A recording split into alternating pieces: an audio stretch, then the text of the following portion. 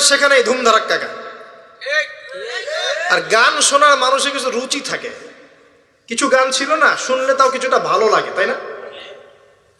এমন কেউ নাই যে গান কানে যায় নাই, আছে না? এমন কোনো মানুষ নাই যে গান আসলে কখনো কানে যায় নাই। কানে যাবে সবারই, কারণ সবাই তো ওপেনলি শোনে। কিছু কিছু গানের অ্যাটলিস্ট কিছু মান আছে, মানে শুনলে মনে হয় ঠিক আছে গান হচ্ছে, যদিও ওটা হারাম। এখন যেগুলো প্লে হয় দেখবেন এমন কিছু মিউজিক, এমন কিছু ধুমধারাক্কা, মানে গানের কোনো জাতি না, মানে শয়তান যে নাচছে ওর পাশে কোনো কোনো কোনো কি বলবো আসলে কোনো সন্দেহ নাই ওর পাশে শয়তান নাচছে। এমন এমন সাউন্ড, আর যদি যা বলেন ভাই সাউন্ডটা একটু কমায় দেন, পাশে আলেম আছে বা মসজিদ আছে বা নামাজ হচ্ছে, আরো জোরে দিবে সাউন্ড। এদেরকে সামাজিকভাবে প্রতিহত করা দরকার। এদের বিরক্তি এত বেড়ে গেছে, মাঝে মাঝে এমন কিছু দিবস আছে, দিবসগুলো গানের জ্বালা রাত্রে ঘুম হয় না। মুমিন বান্দা এশার নামাজ পড়ে ঘুমিয়ে যাবে, শেষ রাত্রে উঠবে, ও সারা রাত ঘুমই হবে না এই গানের জ্বালায়। বিয়ে হবে দেখবেন ধুম ধারাক্কা গান লাগিয়ে দিয়েছে, একদম একটা ফ্ল্যাটের মধ্যে 10টা পরিবার আছে, ওর কোনো খেয়ালই নাই, ও একাই পরিবার, ছাদের উপর যাবে ধুম ধারাক্কা গান বাজাবে, মাশাআল্লাহ এই বরকত নিয়ে জীবন শুরু করছে। এই অভিশাপ নিয়ে জীবন শুরু করলে বৈবাহিক জীবন সুখী হবে? তো শয়তানের আনুগত্য দিয়ে জীবন শুরু করেছে দেখবেন। আবার দিয়ে এমন সময় অনেক কিছু কনসার্ট হয় দেখবেন, স্টেজে এমনভাবে নাচানাচি করে মনে শুয়োর আর বারণ নাচছে। হ্যাঁ, হাদিসে এই শব্দ এসেছে, আমার উপর রাগ করবেন না। নবী সাল্লাল্লাহু আলাইহি ওয়াসাল্লাম বলেছেন, যারা এই উম্মতের মধ্যে মাদককে হালাল করে নিবে, বাদ্যযন্ত্রকে হালাল করে নিবে, এবং যারা নর্তকী নাচাবে এবং মিউজিক্যাল ইনস্ট্রুমেন্টের সাথে এদের গভীর সম্পর্ক থাকবে, একদিন সকালে আল্লাহ পাক এদেরকে বানর আর শুয়োর বানিয়ে দিবেন। একদম টাটকা হাদিস, আখিরুজ্জামানের হাদিস। পড়ে দেখেন, আলেম ওলামাকে জিজ্ঞাসা করেন, হাদিসটা না থাকলে আমার নাম বদলায় ফেলাবো। এই হাদিসও আছে। এটা কি ফিজিক্যালি হবে? আমার কাছে মনে হয় না ফিজিক্যালি হবে, আল্লাহু আলাম, আল্লাহ ভালো জানেন। তা আমার কাছে মনে হয় না যে ফিজিক্যালি হয়তো বা হবে না, ইন্টারনালি তারা বানর আর শুয়োরের মতো হয়ে গেছে, আমার কাছে তাই মনে হয়। ভিতর থেকে স্বভাবগতভাবে দেখবেন বানর আর শুয়োরের মতো করছে। তো কি করবেন? এখানে ঈমান নিয়ে আপনি চলবেন কি? নূর কি জিনিস বোঝাতে গিয়ে আপনাকে এই কথাগুলো বললাম। আপনি 10টা দিন ইতিকাফ করে তারপরে এই পরিবেশে যান, আপনি আল্লাহর নূর নিজেই বুঝতে পারবেন, আল্লাহর নূর কি জিনিস, আধ্যাত্মিকত্ব কি জিনিস। আপনার কাছে এগুলো ভালো লাগবে না, আপনার মন, আপনার কান শুনতে চাইবে না, আপনার চোখ দেখতে চাইবে না। আর এগুলোতে থাকতে থাকতে থাকতে থাকতে যদি এগুলোকে স্বাভাবিক মনে হয়, তাহলে বুঝবেন আপনার কলবে নূরের ছিটা ফোটাও নাই, কলব আগেই মরে শেষ হয়ে গেছে। এখন আমাদের কলব এই অবস্থায় আছে, আমাদের চারপাশে এগুলো দেখছি না, গান বাজনা, বাদ্যযন্ত্র, মাদক, বেহায়াপনা, অশ্লীলতা, বেপরদামি, পর্নোগ্রাফি, ব্লু ফিল্ম, সব তো দেখছি নিত্যদিন, প্রতিদিন দেখছি। তো এগুলো দেখে যেহেতু আমাদের মনের মধ্যে কোনো রিয়াকশন আসে না, বুঝতে হবে মন কিন্তু নাই, dead. We are living with a dead heart. আমরা একটা মৃত হৃদয় নিয়ে ঘুরছি আর কিছু না। এখন এই হৃদয়ে ঝাঁকি দিবে কিভাবে? এই অবস্থায় মৌত আসলে কি হবে? মৌতের কষ্ট খুব বেশি হবে। মৃত কলব অবস্থায় যদি মৌত চলে আসে, তাহলে মৃত্যুর যন্ত্রণাটা খুবই কঠিন হবে। কত কঠিন হবে আমি একটা হাদিস দিয়ে বুঝাচ্ছি। আমি এই হাদিসের নাম্বার এখন বলতে পারছি না, কারণ অনেকদিন আগে হাদিসটা পড়েছি, বাট আমি হাদিসটা পড়েছি। এবং যদি কেউ দলিল চান আমি আপনাকে প্রাইভেটলি দিতে পারবো ইনশাআল্লাহ।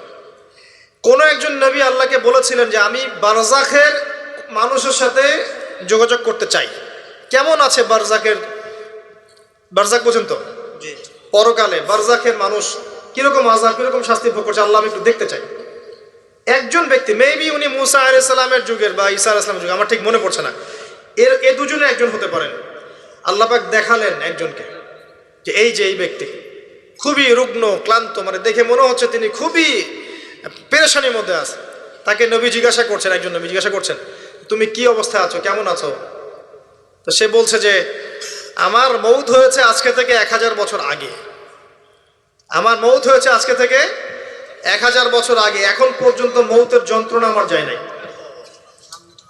আমার কথা কি বুঝতে পারলেন ভাই?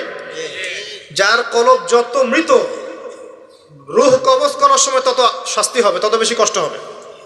যার কলব যত পবিত্র, রূহটা অত সুন্দর করে আস্তে করে বের হয়ে চলে আসবে ইনশাআল্লাহ। যেমন কলসি থেকে পানি ঢাললে যেমন হয়, এভাবে রূহটা বের হয়ে চলে আসবে। কলব পরিষ্কার না থাকলে এটা হবে না। এগুলো আধ্যাত্মিক মারেফতি কথা নয়, কিন্তু বিষয়টা এই যে আমরা অনেকে আবার এগুলোকে বানিয়ে দিয়েছি পীর মুর্দি, তাই না? এবং নেগলেক্ট করি যেগুলো পীর মুর্দি বয়ান করবেন না, এসব পীর মুর্দি বলে বিষয়টা না। বিষয়টা হচ্ছে আত্মশুদ্ধি। আর একজন পীর যদি একজন মানুষকে আত্মশুদ্ধির পথে নিয়ে যেতে পারেন, বিষয়টা কখনো খারাপ করে দেখার কিছু নাই। একজন মানুষ যদি আরেকজন মানুষকে আত্মশুদ্ধির পথে নিয়ে যেতে পারেন, এটাকে খারাপ করে দেখার কিছু নাই। হ্যাঁ, এগুলোর নামে আমরা অনেক কিছু তৈরি করেছি যেগুলোর হয়তো অস্তিত্ব নাই। এটার নামে আমরা অনেক কিছু তৈরি করেছি, নিজেরা বানিয়ে নিয়েছি। এগুলো হয়তো আপনি বলতে পারেন যে হ্যাঁ এগুলো সুন্নাহসম্মত হচ্ছে না ইত্যাদি, কিন্তু আত্মশুদ্ধির এই প্রক্রিয়াটাকে আপনি ডিসকারেজ করতে পারেন না। আর আত্মশুদ্ধি আল্লাহওয়ালা মানুষের কাছে না আসলে হবে না। আত্মশুদ্ধির এই বিষয়গুলো এই কিছু কাজ করা এবং কিছু কাজ বর্জনের সাথে জড়িত আছে। আবারও বলছি, এই বিষয়গুলোতে জড়িত থাকলে আপনি আত্মশুদ্ধি পাবেন না। যেমন মাদক, পর্নোগ্রাফি, হারাম মেয়ের সাথে জেনার সম্পর্ক, হারাম বান্ধবী, হারাম অ্যাফেয়ার্স, সুদের সাথে সম্পৃক্ত থাকলে, মনে রিয়া থাকলে, অহংকার থাকলে, গীবত তহমত করলে, এই ধরনের কাজ, বেপরদামি বেহায়াপনার মতো থাকলে, মিউজিকের সাথে থাকলে, জুয়ার সাথে থাকলে, বা এই দুনিয়ার জীবনটাকে খেলতামাশার মতো গ্রহণ করেছেন, আল্লাহর হুকুম আহকামে পরোয়া করছেন না, আজকের দিনটা এনজয় করে নিন, কালকের কি পাতা, এমন আকীদা আদর্শে যারা বিশ্বাসী, এদের মনের মধ্যে আত্মশুদ্ধি আসবে না।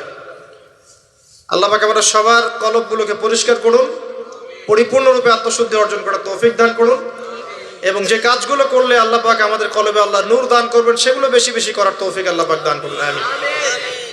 একটা এক্সাম্পল দেই, অন্য জায়গায় যাচ্ছি। দেখেন, ইবলিস কি কম জ্ঞানী ছিল? সে কি কম ইবাদত করেছে আল্লাহর? ইবাদতের ক্ষেত্রে, জ্ঞানের ক্ষেত্রে সে তো অতুলনীয় হয়ে আছে। প্রচুর ইবাদত করেছে, প্রচুর জ্ঞানী।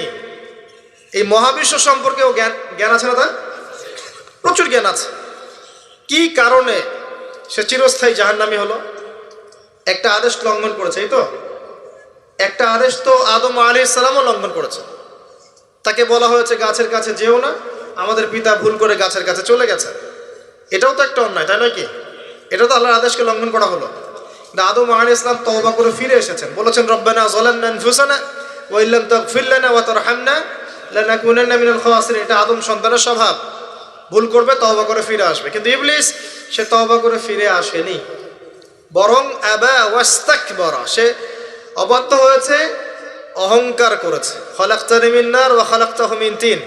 এই যে অন্যকে ছোট করা, তুচ্ছ করা, আল্লাহর আদেশকে অস্বীকার করা, অহংকার করা, এই অহংকারের কারণে তার সমস্ত এলেম এবং আমল সব ধ্বংস হয়ে গেছে। তো এখন যদি আমরা অনেক এলেম আমল করি, মনে অহংকার থাকে, আত্মশুদ্ধি অর্জন হবে? আত্মশুদ্ধি সবচেয়ে ইম্পর্টেন্ট জিনিস। আমি একটা বই সাজেস্ট করছি, বইটা আমি পড়ছি, কিন্তু আমার পড়ার পরে আমার আসলে পিপাসা মেটেনি এখনো। এই টপিকের আরো বেশ কিছু বই আমি সংগ্রহ করার চেষ্টা করছি ইনশাআল্লাহ তাআলা। আগামীতে আমি এই টপিকে, শুধু এই টপিকেই আলাদা স্বতন্ত্র একটা লেকচার দিব ইনশাআল্লাহ তাআলা। আল্লামা তাকি উসমানী হাফিজাহুল্লাহ, তার একটা বই আছে আত্মশুদ্ধি ও তাসাউফ। বইটা পড়েন। বইটা পড়লে আপনার কাছে মনে হবে যে বইটা আপনার জন্য লেখা হয়েছে। বইটা পড়ছিলাম আর মনে হচ্ছিল যে বইটা আমার জন্যই লেখা হয়েছে। মনে হয় বইটার প্রতিটা ওয়ার্ড আমাকেই বলা হচ্ছে। মন দিয়ে পড়েন আর পড়াশোনার অভ্যাস করেন।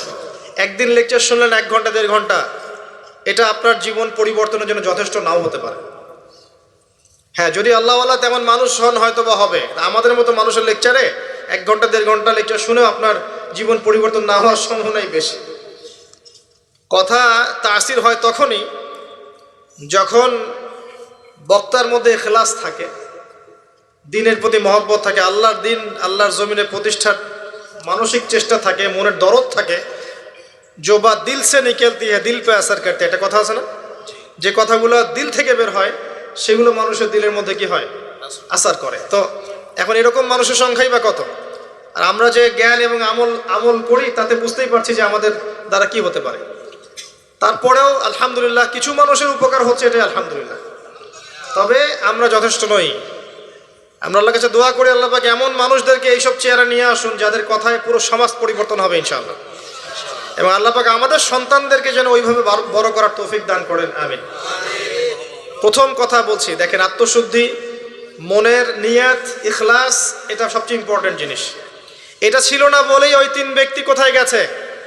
জাহান্নামে। শহীদ হয়েছে জাহান্নামে, দান করেছে জাহান্নামে, আলেম হয়েছে জাহান্নামে।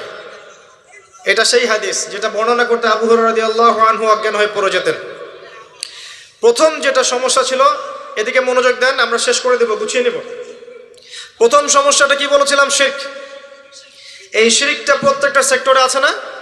ব্যক্তি, পরিবার, সমাজ, রাষ্ট্রে আছে না? একই সুন্নাহ। ওই যে আইয়ামে জাহিলিয়াতের শিরক এখনকার বিশ্বে আছে না? আছে। তাহলে এখনকার বিশ্বেও কি কিছু তাওহীদপন্থী মানুষের প্রয়োজন আছে না?